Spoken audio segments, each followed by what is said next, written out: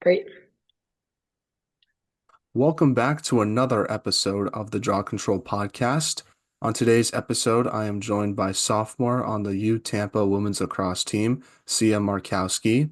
Last season, as a freshman, Sia helped UTampa to a national championship victory, and before college, Sia received all division and all league recognitions from her high school. Welcome to the podcast, Sia, and thank you so much for coming on. How is everything going today? Thank you so much for having me. I'm so excited and I'm just so happy to be here. Well, I'm happy to have you on as well. And obviously, you're back at school. So, how was your summer? And did you do anything interesting, whether it was lacrosse related or not?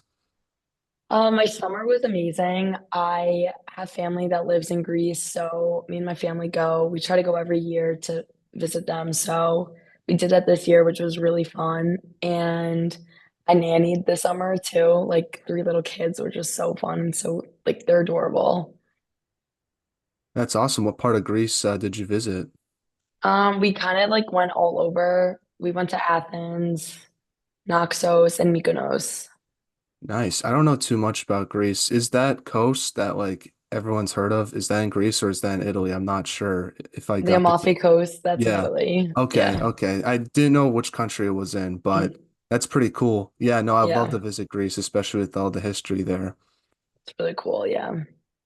Now, obviously, lacrosse wise, what were some things that you did this summer to sort of get ready for fall ball? I played on a summer league with a bunch of my friends back at home, which was like so fun. It was late games on Wednesday nights and it was so convenient. And then obviously training on my own with some of my high school friends and some of my club friends, which was really great too. Yeah, absolutely. When does Yeah. your fall ball season start, and what is your team, I guess, doing right now to sort of prepare for it? We actually we have our first like inner like squad scrimmage on Friday, which I'm really excited about. But everyone's been going out every single day all together, playing like sixes, sevens, doing some 1v1s, shooting around, just like getting back in the swing of things, which is like really important, especially coming off of last season, which was insane. hmm What's it like, getting the chance to meet some of the new players? I love them. They're so nice, sweet, and like it's good because our team is very welcoming. And we just all are so close already, and I'm so happy. Now, I sort of want to start off this podcast like I normally do, talking about the beginning of your lacrosse career and sort of working all the way up to where you are today. So, from the research I did on yourself, it says that you're from Centerport, New York. So, talk about growing up there and how'd you start playing lacrosse? So I actually grew up in Sarasota, Florida. And then in sixth grade, my family and I decided to just like go up north. My dad played at Syracuse, so I've had a stick in my hand since I was little. And I literally am so happy that that was like the decision he gave us all, like put us like all together. I have two brothers, and we would all just like go outside and work together, play together. It was really fun. Um, but growing up in Long Island, like for like middle school to high school, I would say those are the years that matter the most, especially like playing because you're like developing more, you're starting to like learn more and start like really figuring out if you really want to do this. Um, but yeah, that's pretty much the story.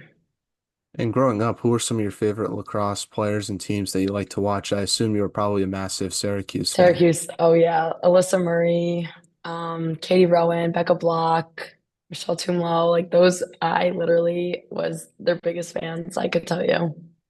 Do you still watch Syracuse lacrosse today, or are you more focused on your team, I guess? I mean, I do, like if hmm it's on, I'll definitely watch it, but I now focus on like my team and my conference. Now, before college, you played for your high school at Harbor Fields High School. So, talk about your high school lacrosse days, what you took away from it, and what's like your favorite memory from those days when you look back on it now. So freshman year, COVID, that was when COVID was happening. So I really did not get my first like freshman season, but I did get moved up to varsity when I was in eighth grade. And during that eighth grade season, I was more, I was still nervous. I was still young. So I was still like trying to like get to know the team and everything. But once freshman year came around, COVID was happening. That's like when I started to really like grind. Like I want to do this. I want to be committed to go somewhere for lacrosse. Um, which was like that's like when I really started to realize. And then my high school team, my sophomore year season was still like a little weird because of COVID, but I had the seniors on my team are all like Division 1 players, the juniors too. So playing with them was a huge learning and like focus kind of aspect for me. Like I was like, wow, I see these girls, they're grinding, they're so amazing. I want to be like them, you know? Um, so I loved my high school team. My coach, Jessica Volpe, she played at Stony Brook. I love her. I'm so, so close with her. She's great. Um, so I was sophomore and junior year, and then senior year comes around, we get a new coach, Lindsay Rella. She's also amazing. She played club at Syracuse. So it was cool like getting to talk to her about her experience too, because even though she wasn't on an actual like on the team, like her playing club was still like huge for her. Um, but yeah, I had so much fun in high school, loved all the girls. We were all really close as well. Um, but my favorite memory from high school, oh God, this is hard. Um, we did like a USA versus Neon scrimmage every year, and it was so fun. Like it was just a whole day. Like we would dress up in school. It was so much fun. That does sound like a lot of fun. You Yeah. also played club lacrosse with the Long Island Top Guns. Talk about a little bit about that experience. How do you think it sort of helped prepare you for college lacrosse? Yeah. I think anyone who plays club, I feel like that is just like it shows you you have to be committed and determined to something because you're traveling all summer, going to all these prospect tournaments, like camps with your teammates. So I think like you see all your friends at home who are not playing on the club team and they're at the beach doing all this stuff and then you're actually like going to make yourself better. So I think that helped me like get into the college swing of things because you're putting in time and effort like on your own playing for club and also obviously in college and like being committed to something that you really want to do. You have to do that for club and obviously college. But my coaches on Top Guns, Shannon Smith was the head coach. She played at Northwestern. She was a like all-American. She was amazing. And, she taught like my team and I that if you really want to do it, you got to put in time and effort. And I'm so thankful for her because she's like one of my biggest inspirations. Now, talk a little bit about your recruiting process with UTampa and what made you want to go there versus other schools you might have looked at. Obviously, I'm curious if sort of being having it in Florida sort of was a factor for you since you lived half your life in Florida before moving to New York. Yeah, I remember. So September 1st obviously comes around. Things like you're getting calls, texts, emails, whatever. I really was looking at a bunch of different schools. My options were open, and Kelly Gallagher, our head coach, called me and she was like, "We would love to get you down here, look at the school, whatever." I literally, the moment I landed here, I was like, I'm obsessed with it. Like, I want to come here. I toured the school, I saw the practices, and I fell in love with how the team was together. I love how the coaches are and still are. I just, it was the moment I landed here, I was like, I want to come here. Now, once you got to college, what was sort of the biggest adjustment you had to make? I think the biggest adjustment was honestly my time management because I'm pre-med right now and I'm on the pre-med track. So managing your social life, your academics, and your lacrosse, it's a lot. And it's not like you could just go home and dinner's made and your laundry, your mom could do your laundry if you're having a busy day? So I think that was like a huge like coming to college moment was like time management. Yeah, and how have you learned to balance academics and lacrosse at such a high level? I have a calendar. I'm I have to say organized because then I'll like lose my mind. But obviously you have to block out time for your studying hours, your lacrosse hours, and your social hours, hanging out with your friends.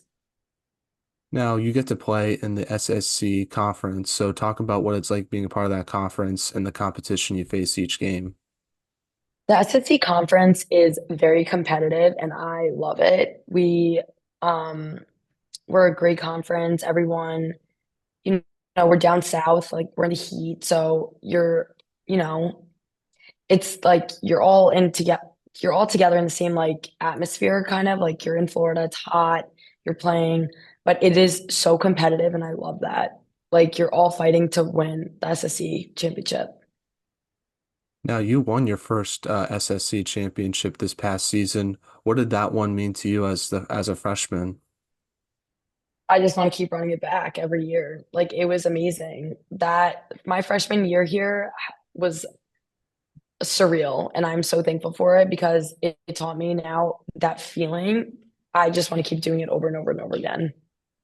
And after you won that championship, how do you think it sort of helped set up your team for its tournament run? I guess what was your team's sort of mindset heading into the tournament, trying to win that national championship?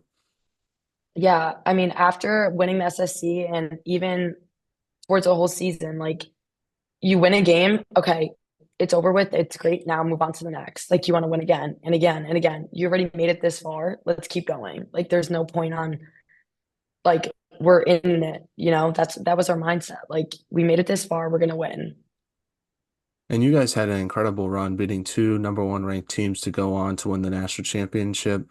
From your perspective, talk about the run your team had leading up to the championship game and what you will remember most about it. Honestly, like I said, like the mindset of this team is like you win a game, on to the next. It's great. Winning is so fun, but let's just keep going. And we're a very like underdog mentality team. Everyone's after us now, like especially just after we won this year. Like it's the job's not finished yet at all. That was our mentality. Absolutely, I love that. Is that Yeah. I love the Kobe Bryant interview when he said that after they won the Western Conference Finals. It definitely motivates me every time I see that video. Oh yeah, I agree. Now, you guys eventually did win the national championship, beating Adelphi College. What emotions were you going through after that win, and have you fully processed it now as a sophomore? I mean, I keep watching it over and over again. This game, I literally, it's still so surreal. I get the chills every time I think about it. I just like, I want to go back, like I said again. Like the feeling, the team bonding experience, like it was just so surreal and so amazing. And I'm so thankful for it. Now, what are your team's goals and expectations for next season? Obviously, you mentioned that your team has a target on its back now. So I'm curious, how do you sort of keep that, I guess, mindset of trying to get more? I think one of my favorite quotes from Tom Brady is when someone asked him what his favorite ring is, he says the next one because he just Yes, is so motivated to win as much as he could. I agree with, honestly, I 100% agree because right now, like I said, we have a target on our back. Like this makes us have to work harder. People are after us. We still have to, everyone's trying to beat us this year. So we have to go in with that mindset that like we have to beat them. They're trying to beat us, we're beating them. So let's move on to a segment I like to call the non-lacrosse segment, where I ask you some non-lacrosse questions to get to know you more off the field. So the first one I have is if there was a movie made about your life, who would you want to play yourself? Oh God. Jennifer Aniston. That's a good Yeah. answer. Yeah. I love her. Now, if you could play a game with any professional sports team in the world, who would you pick? New York Jets.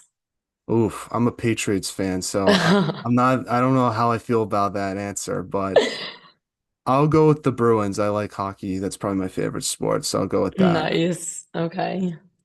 Now, I think a lot of people would consider you having the best off the field style on the team, but besides yourself, who would you say has the best style on the team? I would say, oh God, Mary Kay Pearson. Who's the funniest teammate you have at UTampa? Mary Kate. So she's just got it all, huh? Yeah, I love her. What's the is the most interesting thing you've read or seen this week? Oh gosh. I don't know. Oh, Goldfish came out with a new flavor, the hot sauce flavor. I don't know if I would try that or not. I just like the Me regular either. ones, but Same. that's But interesting that's for what I sure. saw. Yeah.